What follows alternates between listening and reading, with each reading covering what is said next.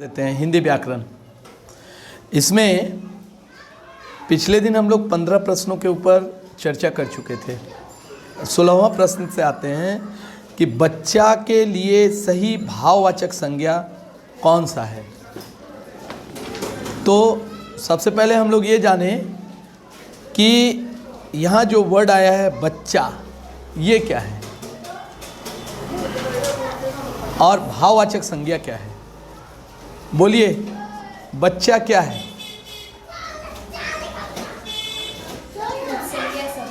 संज्ञा शब्द है। बच्चा संज्ञा है तो कौन सा संज्ञा है? एक बार बोलिए। आप जाति बोल चुकी हैं, बोलिए बाबू आप। जातिवाचक। आप बच्चे जातिवाचक, क्योंकि एक जाति विशेष का बोध हो रहा है। बच्चा, बच्चा कोई भी हो सकता है। जब कोई एक नाम बोलेंगे तब व्यक्तिवाचक में आ जाएगा, तो इसको हमें भाववाचक में बनाना है। तो भाववाचक संज्ञा की विशेषता क्या होती है? जहाँ किसी अदृश्य भाव को व्यक्त करने के लिए शब्द का इस्तेमाल किया जाए, जैसे हंसी, खुशी, दर्द, पीड़ा, उत्तेजना, सब तो भाव है ना। तो बच्चा का भाववाचक संज्ञा क्या होना चाहिए? देखिए, ग और घ में दिया है बालपन, बालकपन। बालकपन तो कोई शब्द ही नहीं है। बालपन शब्द है, लेकिन बालपन होने के लिए तो बालक होना चाहिए था। स्पष्ट हो रही है बात? बालपन के लिए तो बालक शब्द की आवश्यकता थी यहाँ पर, लेकिन यहाँ यस आई विल कॉल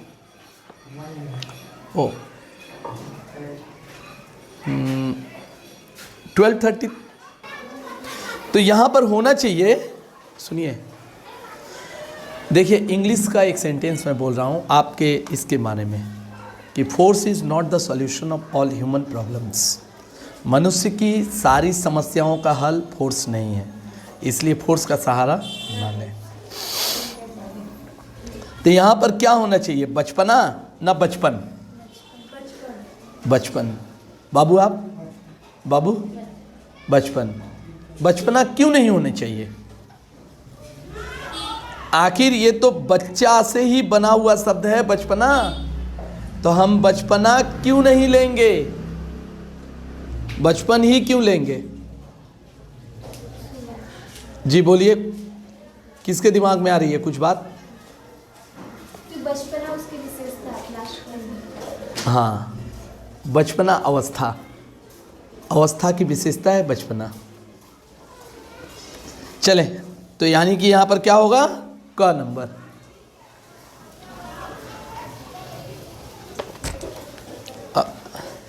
बच्ची आप अभी उनके में देख लें या इसमें देख लें। हाँ, ये आपके पास चला जाएगा, ठीक है, क्योंकि ये मेरे लिए शीट है। अच्छा, संज्ञा के किस भेद का प्राय बहुवचन नहीं होता है? नहीं है सर, व्यक्ति नहीं होता है। अच्छा, आप ना भीड़ का बहुवचन बताइए। आप क्या बोली? तब भीड़ क्या है? समूहवाचक। हाँ, ध्यान देना है। क्वेश्चन जब हम लोग देखेंगे ना जी, तो पहले हम लोग ध्यान देंगे कि नहीं है कि नहीं है। सर नहीं लिखा है तो मैंने मैं वही बोल रहा हूँ कि प्रश्न को पढ़ते समय हम लोगों को देख लेना है कि प्रश्न नकारात्मक है ना स्वीकारात्मक है, माने अफर्मेटिव सेंटेंस है ना निगेटिव सेंटेंस है। जैसे यहाँ दिया है, संज्ञा के किस भेद का प्रायः बहुवचन नहीं होता है। जातिवाचक होगा नहीं, व्यक्तिवाचक होगा नहीं, द्रव्यवाचक होगा नहीं, समूहवाचक। जी बाबू बोलिए। द्रव्य का भी तो नहीं होता। अगर मैं पानी पी रही हूँ तो पानी का तो बहुवचन नहीं होगा। तेल है तो उसका तो बहुवचन नहीं होगा। चावल है तो उसका बहुवचन नहीं द्रव्य, होगा। हाँ, तो द्रव्य में तो सिर्फ लिक्विड ही नहीं आएगा, ठोस भी आएगा। अब बोतल है तो बोतलें, कलमें, घरें, बहुत सारे घरों में घरें, बहुत सारे घर हैं। तो सिर्फ द्रव्यवाचक में यदि तरल द्रव्य देता तब हम थोड़ा सा कंफ्यूजन में पड़ते हैं। समूह तो ऑलरेडी है सर, तो जो समूह तो ऑलरेडी एक से अधिक का है। समूह, यहाँ पर समूह होना चाहिए। आगे चलते हैं। हाँ, धिक्कार संज्ञा के किस भेद के अंतर्गत आता है, बताइए। जी बोलिए, जी बोलिए, बोलिए बच्ची। कैसे कैसे धिक्कार? तो भाववाचक की परिभाषा में जाए जरा, कि भाववाचक का मतलब क्या होता है? कि जिस संज्ञा को हम लोग देख ना सके, सिर्फ अनुभव कर सके। जैसे गुस्सा, चेहरे के हाव भाव को देख के पता चलता है ना कि इंसान गुस्सा है। हंसी, खुशी, आनंद, इसको हम लोग अनुभव करते हैं। तो धिक्कार को भी हम लोग अनुभव करते हैं। नहीं बोलते हैं समाज में आपके लिए धिक्कार है। तो धिक्कार तो कोई वस्तु नहीं ना है कि हम ये रख दिए भैया ये धिक्कार है, माने व्यक्त हो रहा है, इसीलिए भाववाचक। क्षत्रिय का छत्र ज्ञ, इनमें से किस वर्ण में है? क्षत्रिय छ त्र ज्ञ। पहले हम लोग थोड़ा जाएं व्यंजन और संयुक्त और दीर्घ के तरफ। अच्छा, स्वर तो होगा नहीं, स्वर का उच्चारण यानी कि जो कहाँ से होता है इसका उच्चारण, ये तो स्वाधीन स्वतंत्र उच्चारण है। अ आ हर्षई दीर्घई, हर्षऊ दीर्घऊ। हाँ, लेकिन स्वर को बात दिए तो बचा व्यंजन। क से लेकर ज्ञ तक व्यंजन है, लेकिन उसमें कुछ दीर्घ व्यंजन है और कुछ संयुक्त व्यंजन है। तो संयुक्त व्यंजन किसे कहते हैं? जिसके उच्चारण में दो वर्णों का उच्चारण आए साथ साथ। समझ रहे हैं? तो यहाँ पर छ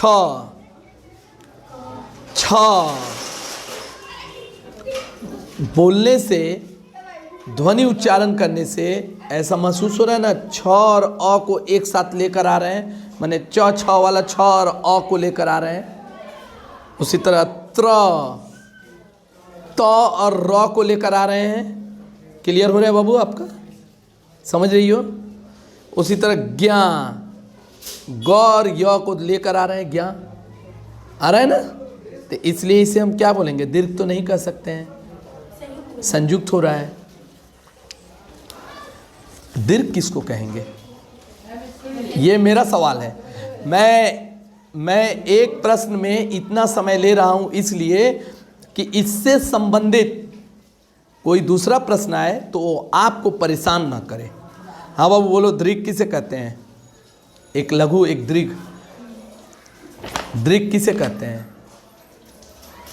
एक तो स्वतंत्र उच्चारण होगा दीर्घ की विशेषता, और दूसरा होगा जो लंबा खींचे। म दीर्घ है। प दीर्घ नहीं है।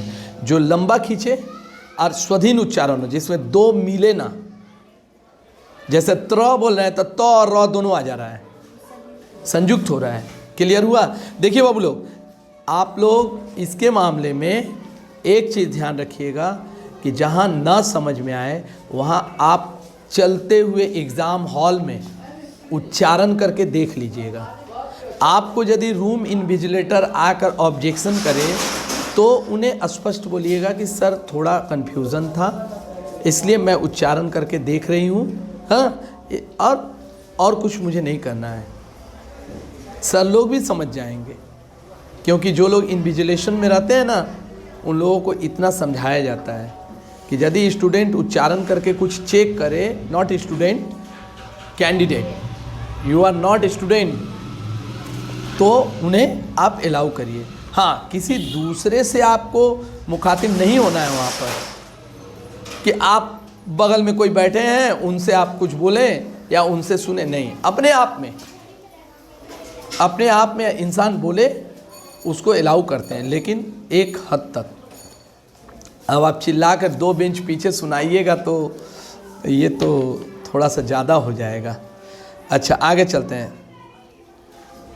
इनमें से कौन सा शब्द सदैव बहुवचन होता है? सदैव का मतलब क्या होता है? हमेशा। हमेशा। बोलिए। पहिया, दर्शन, आत्मा, व्यंजन। बोलिए। पहिया का पहिए बहुवचन होता है, पहिए, आत्माएं। अच्छा व्यंजने भी नहीं सुने हैं हम लोग। दर्शने,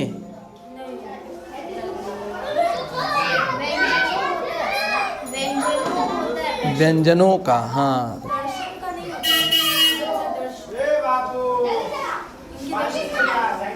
बट मुझे भी लग रहा है, सुनिए, जब कभी भी इस तरह का प्रश्न आए, आपका पहला कर्तव्य होता है कि देख लें कि कौन कौन से शब्दों का बहुवचन होता है। ऐसे शब्द कौन से हैं जिसका बहुवचन होता है? यहाँ तो पूछा गया है कि कौन सा शब्द सदैव बहुवचन होता है? हमेशा, हमेशा बहुवचन होता है। तो मुझे लग रहा है कि दर्शन होना चाहिए, क्योंकि मैं कहीं लिखा हुआ दर्शने नहीं देखा हूँ। हाँ, दर्शन, दर्शन होना चाहिए। अच्छा इसके लिए थोड़ा सा हम देख रहे हैं इधर। हाँ, ग नंबर दिया गया है, आंसर की है यहाँ पर, ठीक है। अच्छा थोड़ा सा बहुवचन वाला जो पोर्शन आया है, वकार जी थोड़ा सा ध्यान दीजिएगा बाबू। बहुवचन वाले पोर्शन में मैं एक बात आप लोगों से मैं शेयर कर लूँ कि जहाँ पर कोई ऐसे संज्ञा आए जिस संज्ञा में बड़ी ई लगी हुई है, बहुवचन करते समय उसको क्या करना पड़ता है? मुझे ज्ञात है, आपको पता है। बोलिए बाबू। मैं कल भी बोला था कि पहले मैं आप ही से कुछ करूँगा जो क्वेश्चन, ठीक है। अच्छा आपका फर्स्ट लैंग्वेज क्या है in terms of education? Hindi है ना इंग्लिश? हिंदी है, इंग्लिश है ना उर्दू है? हाँ हिंदी है, ठीक है, कोई बात नहीं है। तो बताइए, थोड़ा सा सुविधा भी होगा।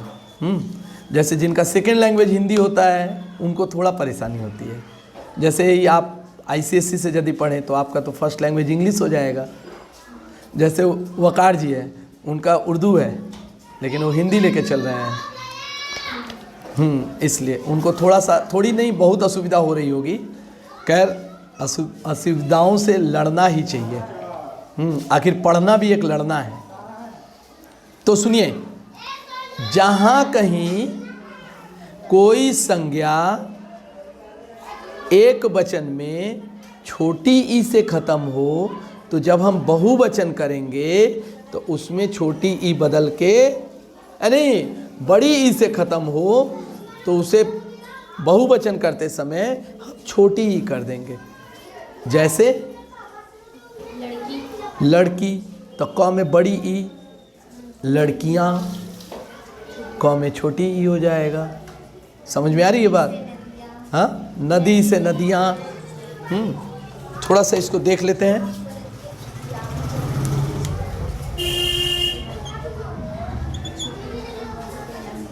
लड़की बहुवचन करेंगे इसको,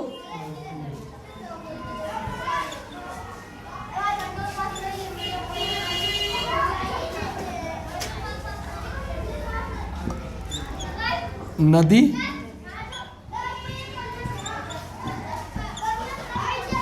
नदियाँ, ये ध्यान देना है, ठीक है।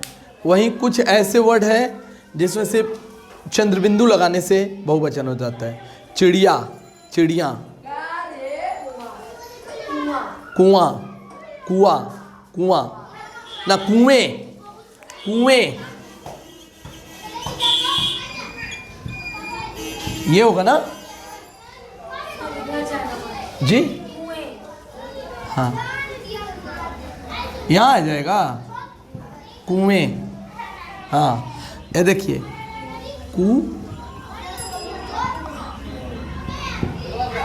ये होता है ना, इसको ध्यान रखना है। एग्ज़ाम में जब हम लोग बैठेंगे ना तो बहुवचन में कभी कभी ऐसे देता है कि नदियाँ में एक में छोटी ही दिया और एक में क्या किया, नदियाँ। अब ध्यान देना है कि कौन सा सही है, समझी, समझ गए आप लोग। अब आगे चलें जरा।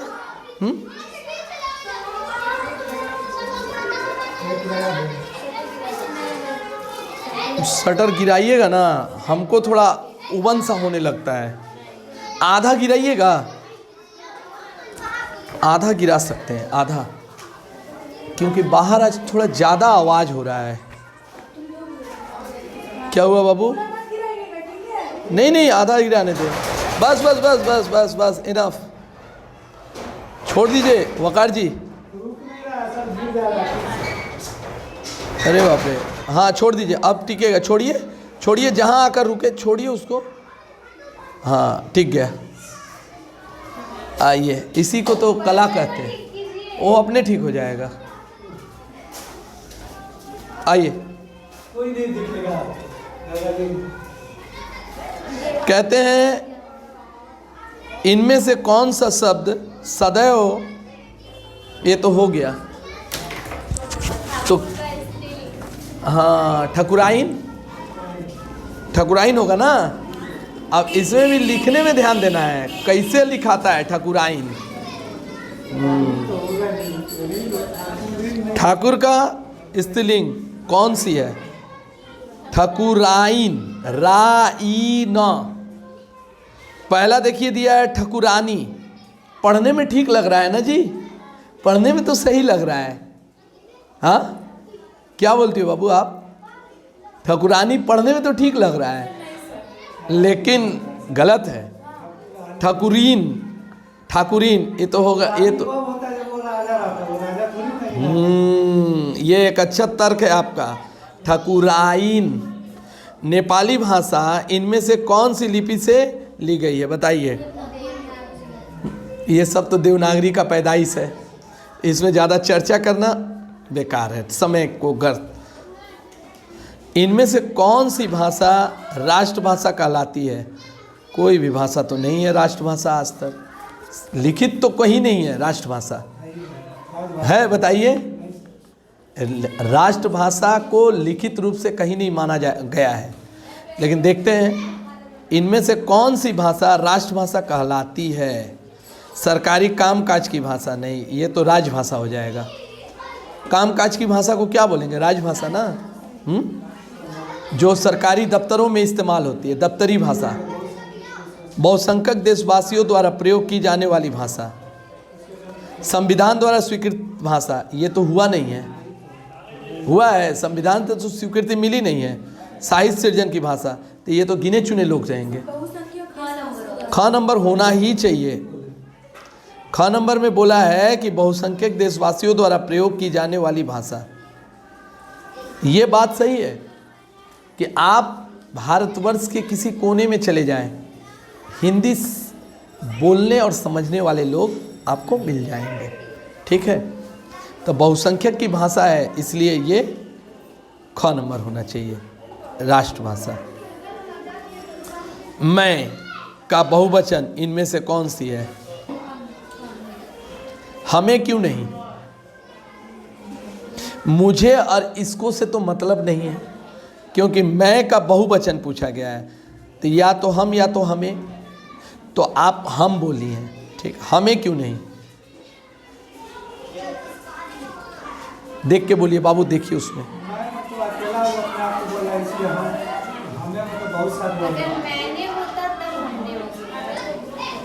जी, हम भी तो ग्रुप को ही बोलेंगे। एक्चुअली यहाँ पर क्वेश्चन भूल है, कुछ नहीं, वो तो बैटरी से चल रहा है। एक्चुअली यहाँ क्वेश्चन ही भूल है थोड़ा। हम बोल के हिंदी में शब्द नहीं है, हम लोग होगा। आप अकेले को हम बोल सकते हैं, मैं, वो लिखे थे अलग बात है। आवर करके जो सेंटेंस लिखे थे वो स्लैंग है और कुछ नहीं। मतलब यूज होता है, मैं क्यों सर आदमी मैं भी हम बोल लोग रहे हैं।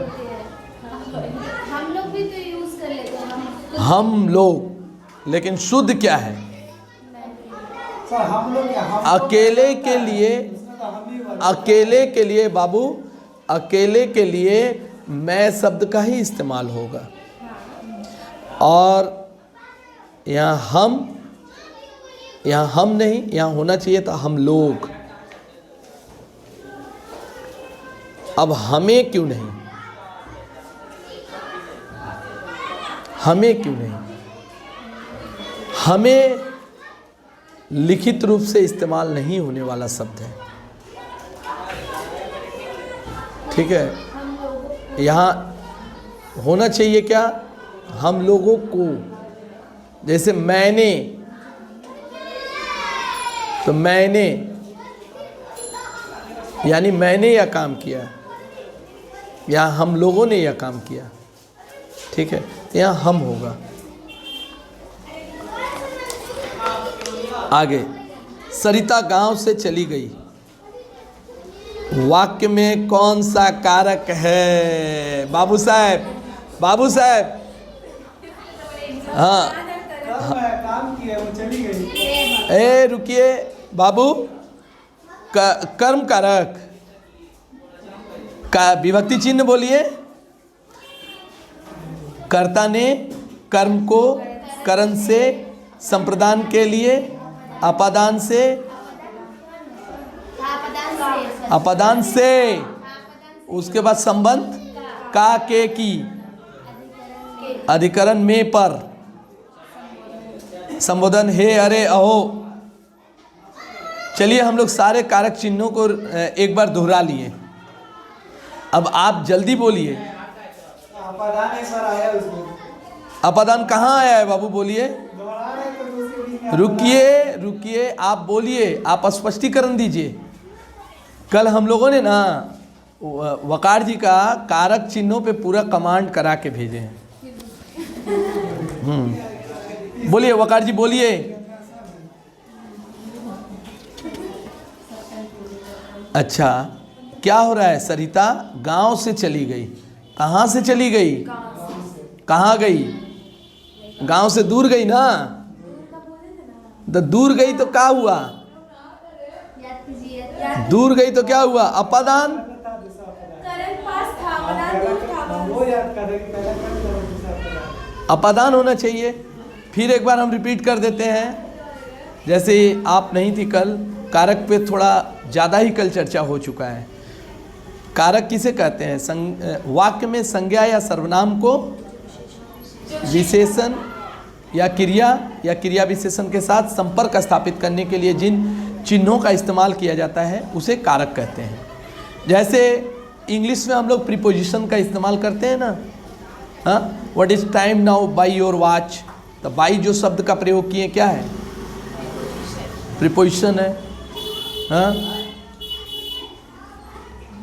आई राइट विथ अ पेंसिल, तो विथ क्या है? प्रीपोजिशन है। तो इसी तरह से हिंदी में कारक चिन्हों का प्रयोग होता है। तो अपादान कारक का प्रयोग, अपादान दो ऐसे कारक हैं जिसमें विभक्ति चिन्ह से आता है। एक करण में, दूसरा अपादान में। दोनों में विभक्ति चिन्ह से है, लेकिन दोनों की क्या कहते हैं, शर्तें अलग हैं। से आने का शर्त अलग है। करण कारक हम तब मानेंगे जब हम क्रिया के संपन्न होने के माध्यम को बताएंगे। मैं कलम से लिखता हूँ, यानी मेरे लिखने का काम किससे होता है? कलम से। तो यहाँ से जो आया वो करण कारक। सरिता गांव से चली गई, तो यहाँ से का मतलब क्या हो रहा है कि गांव से सरिता अलग हो गई। गांव यहाँ है, सरिता वहाँ चली गई, निकल गई आगे। पेड़ से पत्ते टूट रहे हैं, पेड़ से पत्ते गिर रहे हैं, तो पत्तों की स्थिति पेड़ पे थी, अब टूट के पत्ते जमीन पे आ रहे हैं। तो ये क्या हुआ? ये अपादान कारक। समझ में आई बात? स्पष्ट हुआ बाबू आपको? थोड़ा सा स्पष्ट करिएगा। आज मैं एक इनके लिए कुछ मटेरियल लाने वाला था, लेकिन मैं थोड़ा सा परेशान हो गया, मैं नहीं ला पाया। आ जाएगा आप तक बहुत जल्दी।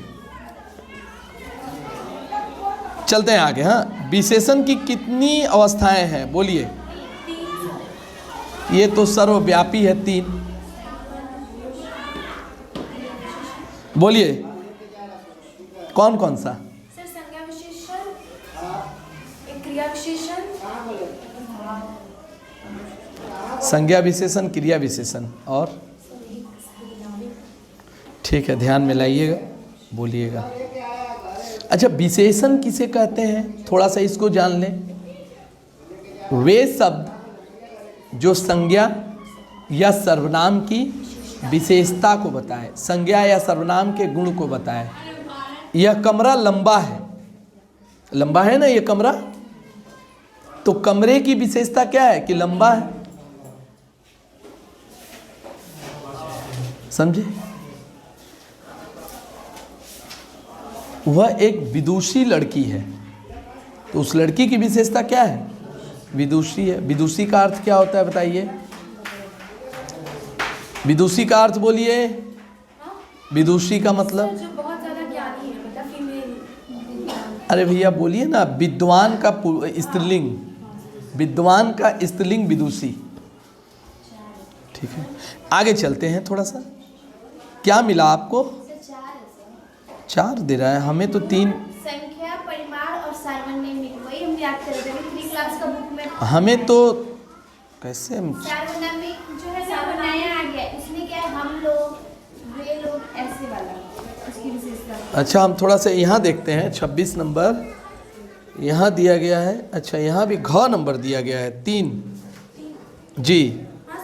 एक बात मैं बोलूँ, सुनिए ना बाबू, 3 को ही मानो, क्योंकि हाँ, सर्वनामिक विशेषण, संज्ञा विशेषण, सर्वनामिक विशेषण, संज्ञा विशेषण और क्रिया विशेषण, 3 ही अभी तक माना जा रहा है। और संज्ञा में तो परिमाण और गुण आ जाएगा ना। हाँ, वो तो संज्ञा के अंतर्गत आ जाएगा।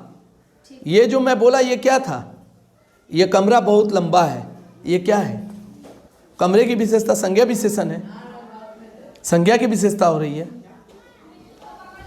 आगे चलते हैं, चले बाबू आप।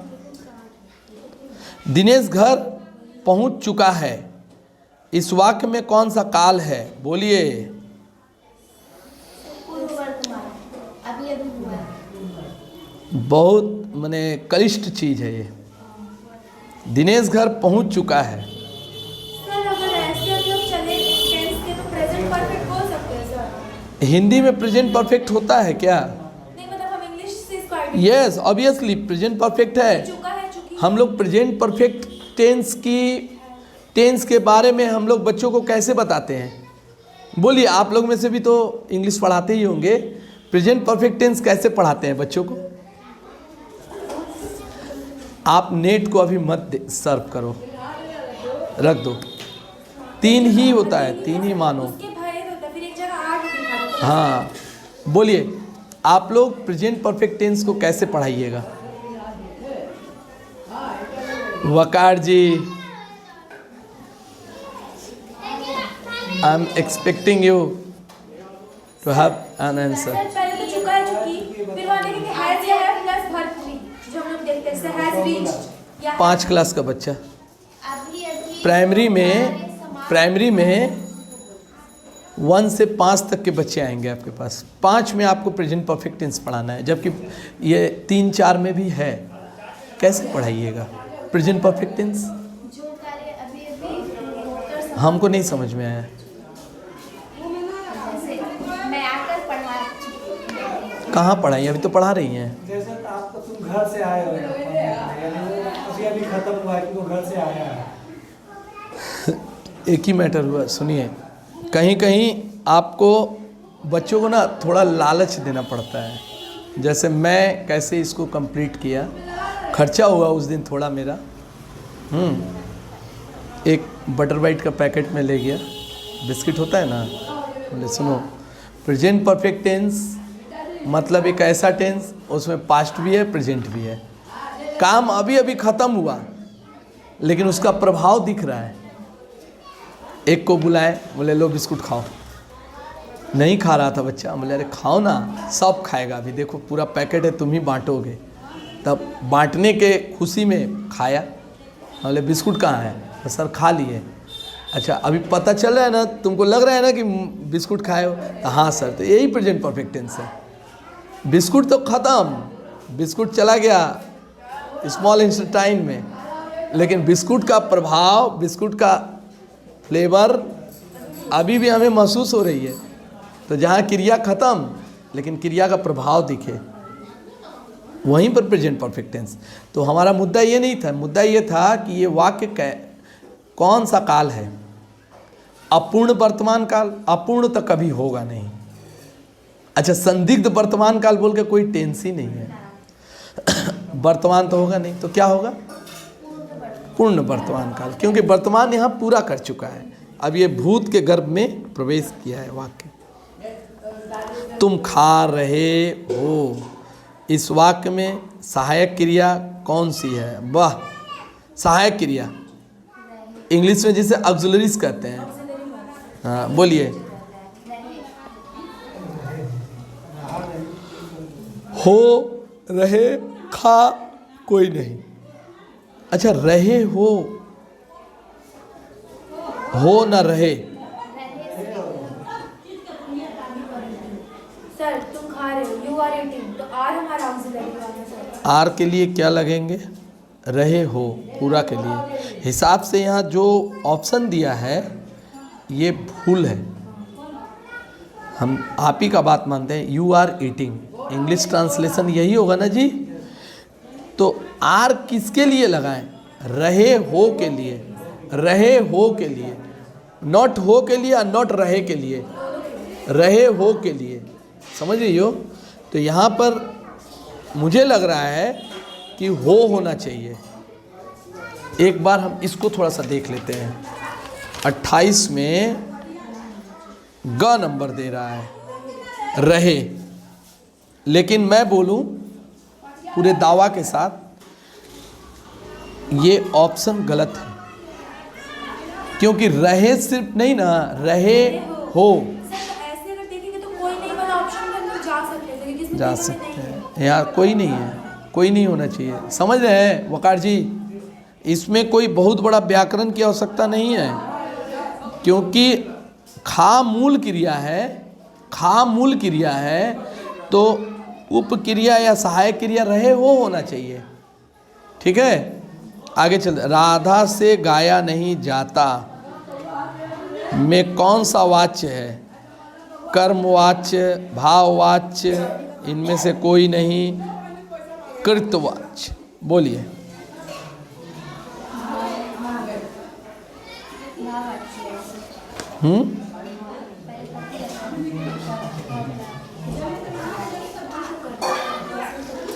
अच्छा गाया नहीं जाता, गाया तो भाव की ही अभिव्यक्ति हो रही है, क्योंकि कर्मवाच्य कृतवाच्य से कोई मतलब नहीं है, भाववाच्य।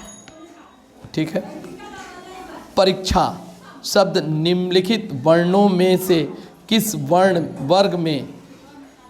वर्गों में से, निम्नलिखित में से किस वर्ग में आता है?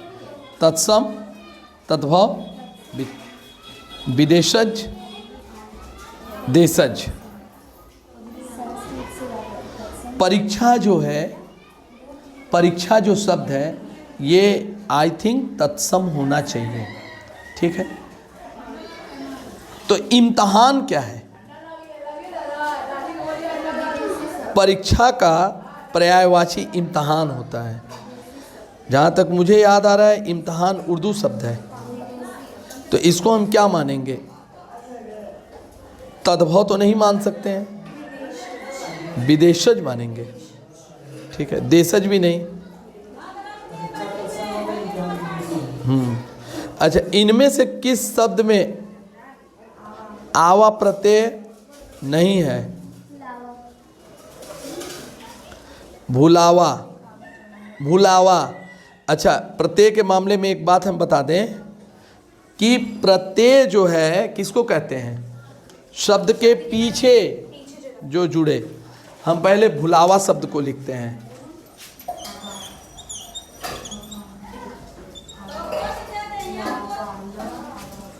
भुलावा। भुलावा का मतलब क्या होते हैं? बच्चों को जैसे भुलवा देते हैं, हाँ, भुला देना, हाँ, भुलावा। तो इसमें हम पहले निकालेंगे मूल शब्द और उसके बाद प्रत्यय। तो यहाँ पर ये जानना चाहिए, बाबू वकार यहाँ पर थोड़ा सा तवज्जो दें, थोड़ा सा, क्योंकि एक बताने की चीज़ है। जब तक हम बोर्ड वर्क नहीं दिखाएंगे आप नहीं समझ पाइएगा। मूल शब्द यहाँ पर है भूल, ठीक। आपका इसमें ऑप्शन क्या दिया है?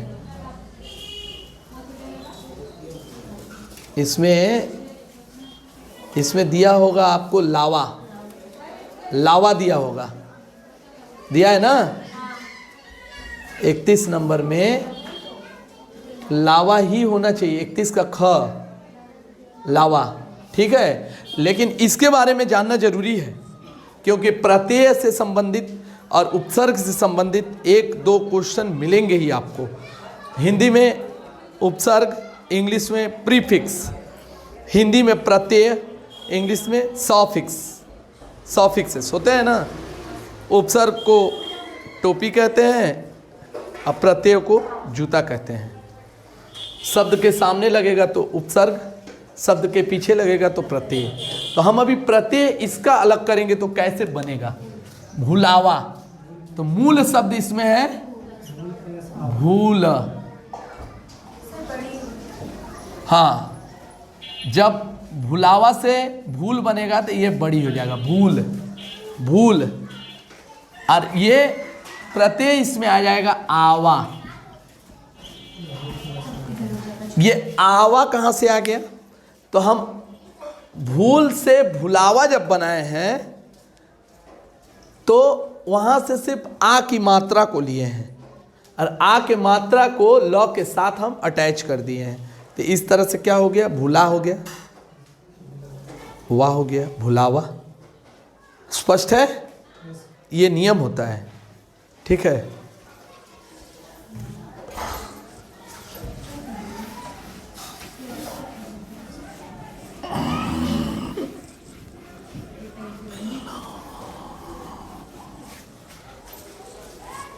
आगे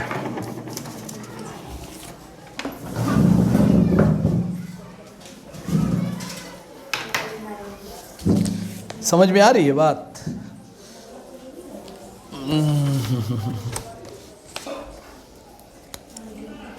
यहाँ लावा होगा। लावा होने का एक और कारण है कि हम लोगों को बोला गया है आवा प्रत्यय को अलग करने के लिए। तो लावा का तब मूल शब्द क्या है? ल कोई शब्द नहीं है, वर्ण है। आगे, सरकारी पत्र की भाषा कैसी होनी चाहिए? औपचारिक। मैं यहाँ आप लोगों को याद दिला दूं कि इंग्लिश में भी आप लोगों को ये बताया गया होगा कि ऑफिशियल लैंग्वेज जो होना चाहिए वो सिंगल मीनिंग वर्ड होना चाहिए। उसमें किसी भी तरह का इडियम, फ्रेज, इडियोमेटिक एक्सप्रेशंस वगैरह का प्रयोग ना हो। तो औपचारिक,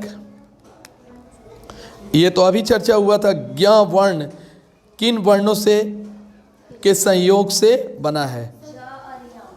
ख होगा सर।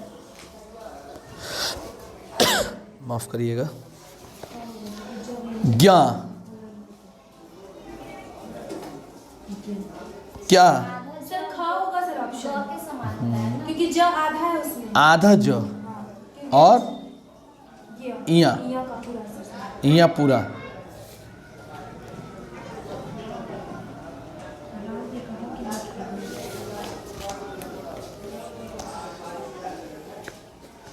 राम ने कहा कि मैं खेलूंगा। इस वाक्य में कि मैं खेलूंगा तो उपवाक्य है, तो उपवाक्य है, नहीं है उपवाक्य। अच्छा, बाकी के थोड़ा सा ध्यान दें। और क्या दें? सामासिक पद नहीं होगा, पदबंध, अव्यय, ये तीनों से कोई दूर दूर का नाता नहीं है। बेइंसाफी में प्रयुक्त उपसर्ग कौन सा है? तो पहले हम जान लें, सुनिए, यहाँ तो बे क्लियर हो जा रहा है, हो रहा है ना, बे क्लियर हो जा रहा है। उपसर्ग जब हम अलग करेंगे, उपसर्ग छांटने को जब आए तो हम पहले देख लें कि भाई हमारा मूल शब्द क्या है। मूल शब्द में ना उपसर्ग जुटता है, तो बेइंसाफी यानी वहाँ पर बे जुटा हुआ है। ठीक है, इनमें से कौन सा शब्द संधि भी है और समास भी? हाँ, पंचानन नहीं होगा, महाजन नहीं होगा, विद्यालय तो कभी नहीं होगा। समास किसको कहते हैं? बोलिए। इंग्लिश में जिसे कंपाउंड कहते हैं, संक्षिप्त रूप, कंपाउंड बनाते हैं ना। हाँ, a system to control traffic control system. तो यहाँ पर नीलकंठ होना चाहिए।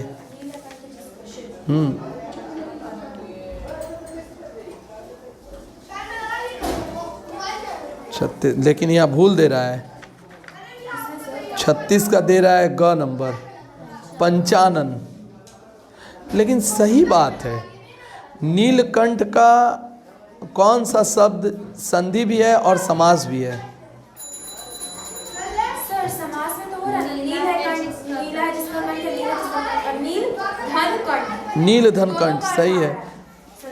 पंचानन, इनमें से कौन सा शब्द संधि भी है और समास भी है? पंचधन आनन होगा। हाँ तो वो संधि हो जाएगा। पंचधन आनन, लेकिन समास तो यहाँ गड़बड़ हो जाएगा। 5 है आनंद जिसका संख्यावाचक विशेषण आ रहा है, उसमें द्विगु समास होगा ना, द्विगु न द्वंद्व, द्विगु होगा। हाँ, ये बाबू क नंबर ही होना चाहिए, नीलकंठ, क्योंकि शब्दों का फेर हो जा रहा है। यहाँ जो दिया है, वकार जी आपकी बात सही हुई, इसमें बहुत सारा गलतियाँ हैं। हाँ, इसके भरोसे चले तो कुछ और हो जाएगा। सर अपना सब बेसिक आइडिया सब चीज के ऊपर हाँ, क्लियर रखना होगा। और मुझे कभी कभी लग रहा है ना कि इसमें जानबूझ के लोग गलती किए हैं। वो जो वीरता साहस, सर जो वीरता वाला जो कल हम लोग का द्वंद्व चल रहा था ना सर, इसमें वीरता साहस ही होगा सर, युद्ध कौशल नहीं होगा। क्यों बाबू? वहाँ पे सर दिया, जब हम पूरा देखें उसको तो वहाँ पे वो वाला दिया हुआ। ठीक है, आप देखेंगे उसको, अभी जिसमें है फोकस करें अभी। ठीक है, हिंदी में शब्दों का लिंग निर्धारण किसके आधार पर होता है? बहुत लिंग यानी संज्ञा। ठीक है, लिंग निर्धारण संज्ञा। अच्छा ये बताइए, विलोम किसका होता है? लिंग निर्धारण हम लोग जो करते हैं वो तो संज्ञा का करते हैं, विलोम संज्ञा का होता है। लड़का का लड़की तो लिंग हो गया। ऊंच का नीच, गुड। अपोजिट जो होता है वो हिंदी हो या इंग्लिश हो, एडजेक्टिव का ही होता है। आगे चलते हैं।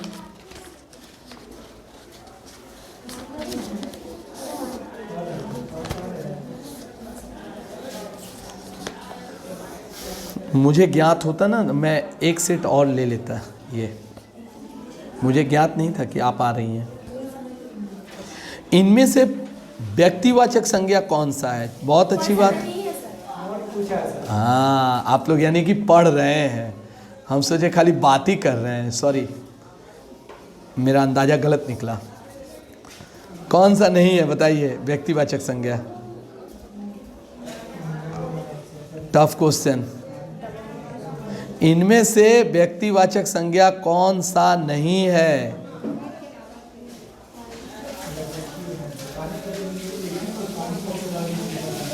बोलो।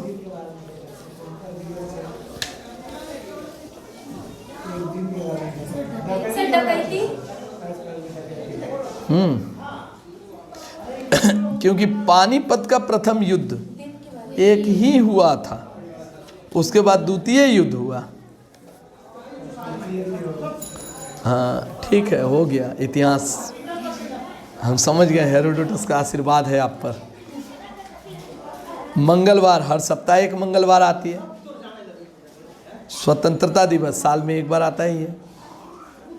पूरब दिशा संज्ञा के किस भेद के अंतर्गत है? व्यक्तिवाचक कौन हिसाब से?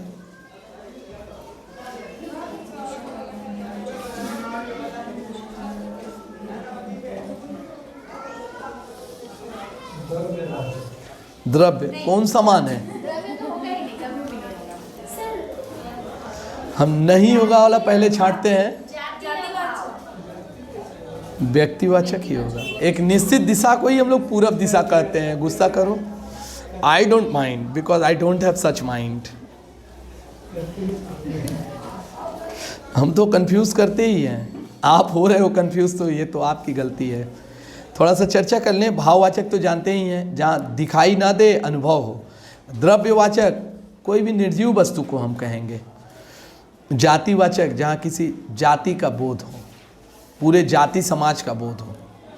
व्यक्ति खड़ी बोली किस हिंदी के क्षेत्रांतर्गत है? पूर्वी हिंदी। खड़ी बोली यानी पूर्वी हिंदी, पूरब के निवासी। लेकिन यहाँ आपका जो ये है पश्चिमी हिंदी को दे रहा है, क्षेत्रांतर्गत है। तो यहाँ आंसर की दे रहा है ग नंबर को, पश्चिमी हिंदी। पश्चिम कहाँ है? गुजरात, राजस्थान, महाराष्ट्र। ये गलत है। बिहारी हिंदी, पहाड़ी हिंदी भी नहीं होगा, पूर्वी हिंदी ही होना चाहिए। हाँ, क्योंकि खड़ी बोली किस हिंदी प्रांत में हिंदी के क्षेत्रांतर्गत है? खड़ी बोली सबसे ज़्यादा पूर्वी हिंदी है।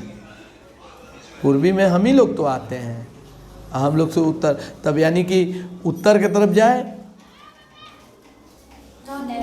बिहार, उत्तर प्रदेश, छत्तीसगढ़, उत्तराखंड, दिल्ली, शुद्ध हिंदी सुनना है तो फिर जाएं उधर। लेकिन उस तरफ जो बता रहा है पश्चिमी, तो पश्चिमी की तरफ तो राजस्थानी मिश्रित है। हाँ, मैं कौन जाऊँ, कौड़ी जाऊँ, हाँ क्या कर रहे हो, यही सब है ना राजस्थानी मारवाड़ी भाषा। जब हम मिश्रित आ जाएंगे सर, शुद्ध नहीं है। वो शुद्ध नहीं है। इनमें से कौन लिपि अंग्रेजी भाषा की है? English, Greek, French, Roman. तो रोमन ही होना चाहिए। हाँ, अब मेरे मन मुताबिक काम आया। इनमें से अशुद्ध शब्द कौन सा है? बोलो। सुंदरता, सुंदर, सौंदर्य, सौंदर्यता। जी बोलिए, पहले सही चीज निकाले। सुंदरता शब्द सही है, सुंदर भी सही है, सौंदर्य भी सही है, सौंदर्यता नहीं होता है, तो ये गलत है, अशुद्ध सौंदर्यता है। अच्छा, ऊपर के रेफ के बारे में एक बात मैं बता दूं आप लोगों को, बता नहीं दूं, मैं दोहरा दूं, क्योंकि आप लोग जानते हैं कि जहाँ उच्चारण होता है ठीक उसके बाद वाले वर्ण पे वो रेफ दिया जाता है। जैसे सौंदर्य, सौंदर्य, द पे उच्चारण हो रहा है ना र का, तो द पे र नहीं देंगे, उसके बाद वाले वर्ण पे र देंगे। देखिए जैसे कि दिया हुआ है। निम्नलिखित में से कौन सा शब्द संज्ञा है? क्रोध, बहुत, क्रुद्ध, क्रोधित। सोचो सोचो।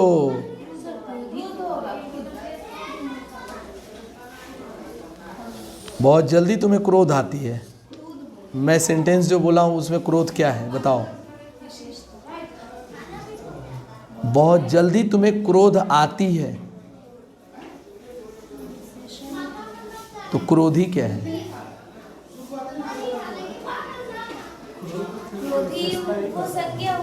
क्रोध यहाँ पर क्रोध होना चाहिए। हाँ सर, क्रोधी होगा। क्रोध क्यों होगा सर? वो तो भाव चेंज है। अक्रोधित व्यक्ति तब व्यक्ति की विशेषता विशेषता। अब बहुत एकदम नहीं। बहुत तो शायद क्या कहते हैं, परिमाणवाचक विशेषण है ना, परिमाण को बताते हैं ना बाबू। उपसर्ग का प्रयोग किस स्थान पर होता है? बहुत अच्छे शब्द बोलिए बाबू, वकार जी बोलिए, मुझे आपके जवाब की प्रतीक्षा है। सर बोले सर आज छुट्टी तक करेंगे। आप सही अंदाजा लगाई हैं। बोलिए बाबू, उपसर्ग का प्रयोग किस स्थान पर होता है? शब्द के प्रारंभ में। बाबू बोलो। नहीं नहीं नहीं, कभी नहीं मध्य में। अभी मैं चर्चा कर रहा था बोर्ड पे, उपसर्ग ऐसे ध्यान दो, उप माने पहले और उपसर्ग यानी इंग्लिश में जिसे हम लोग कहते हैं प्रीफिक्स। प्री का मतलब ही क्या होता है? पहले। प्री बोर्ड एग्जाम अभी खत्म हुआ है ना, बोर्ड के पहले वाला exam, pre board exam. 1 class के पहले के क्लासेस को हम लोग प्री प्राइमरी कहते हैं। प्राइमरी के पहले का, किंडरगार्टन को भी मानते हैं प्री प्राइमरी में, किंडरगार्टन प्री प्राइमरी ही है। तो यहाँ पर हम लोग क्या पा रहे हैं कि उपसर्ग का प्रयोग किस स्थान पर होता है? पहला है शब्द के प्रारंभ में, दूसरा है शब्द के मध्य में, तीसरा है शब्द के अंत में, इनमें से कोई नहीं। तो सुनिए, इसमें 2 ऐसे ऑप्शन हैं जिसका कोई मतलब है और 2 बेमतलब का ऑप्शन है। जैसे शब्द के मध्य में, ये कोई ऐसा वर्क ग्रामर में होता ही नहीं है। इनमें से कोई नहीं है, सही ऑप्शन है। शब्द के अंत में जो लगाते हैं वो बनता है, वो होता है प्रत्यय, जिसे इंग्लिश में कहते हैं सफिक्सेस। और शब्द के प्रारंभ में जो लगाते हैं वो होता है उपसर्ग। समझ गए बाबू? 44 45 हुआ। अरे भैया, हिंदी है हम वतन है, हिंदोस्तां हमारा। इस पंक्ति में हिंदी का अर्थ इनमें से कौन सी सही है? भारत देश, भारतवासी, हिंदू, हिंदी बोलने वाला।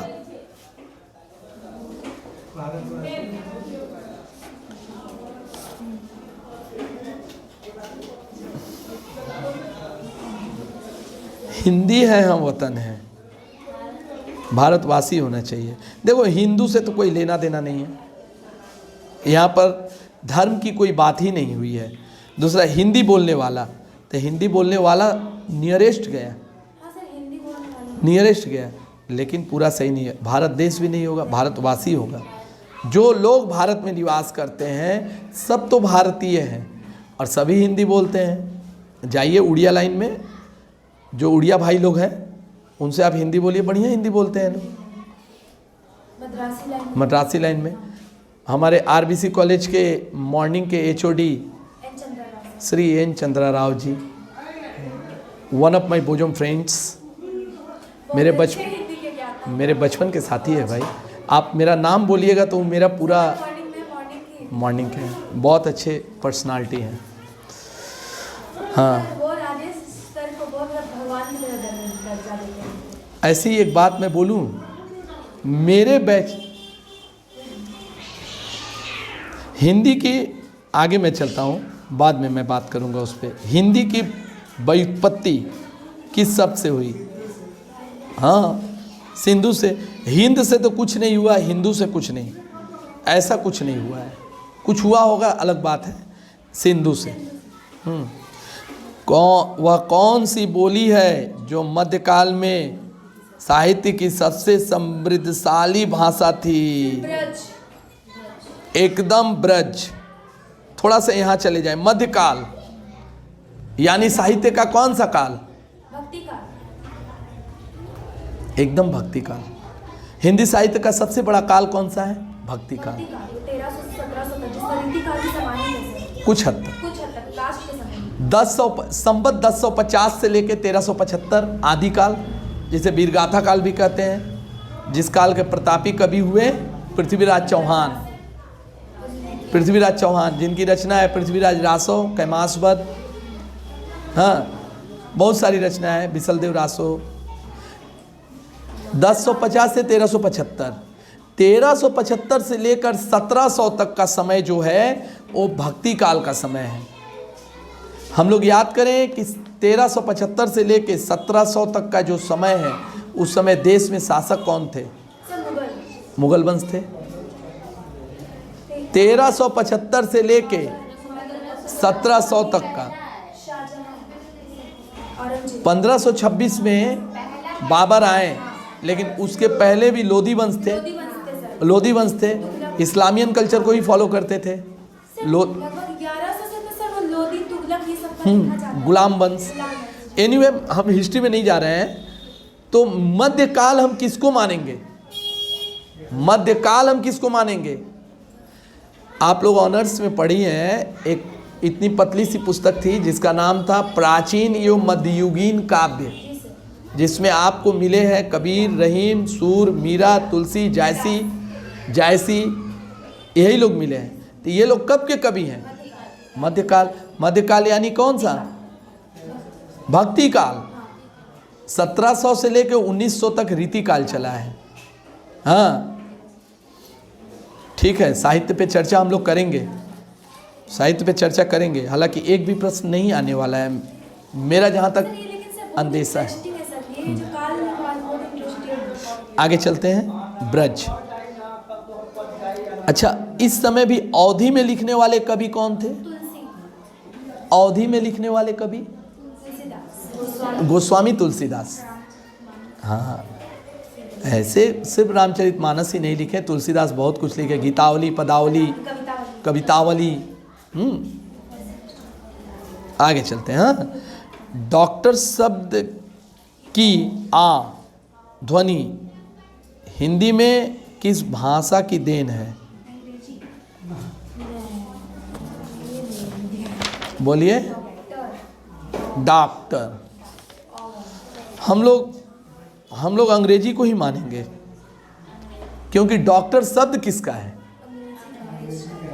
फ्रेंच का तो नहीं है, पुर्तगाली नहीं है, डच नहीं है, तो जिसका है उसी का ना मानेंगे जी। खूब साधारण सी बात है।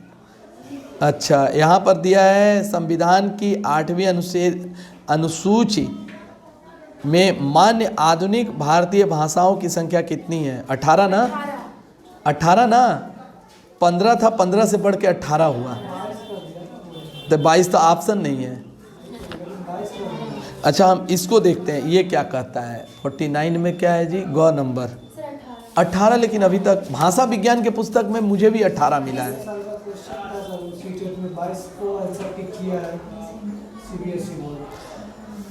हो सकता है, लेकिन 18 मान्य है बाबू। आप चाहें तो क्या कहते हैं, दंगल झाल्टे या विनोद गोदरे की पुस्तक को उठा के देख सकते हैं। हिंदी प्रयोजनमूलक हिंदी में दंगल झाल्टे और विनोद गोदरे, ये 2 किताबों को ऑथेंटिक माना जाता है। आप एक बार फॉलो कर सकते हैं। अंतिम प्रश्न आज के लिए, अनुज का सही विपरीतार्थक कौन सा है? अग्रज। अच्छा, बाकी शब्दों का क्या अर्थ है थोड़ा सा जान लें। जो अग्रज तो होगा, अनुज माने क्या होता है बाबू? छोटा। अग्रज माने बड़ा। अच्छा, दनुज का मतलब क्या होता है? दनुज दानव का पर्यायवाची है। अच्छा, मनुज मनुष्य का पर्यायवाची है। विग्रज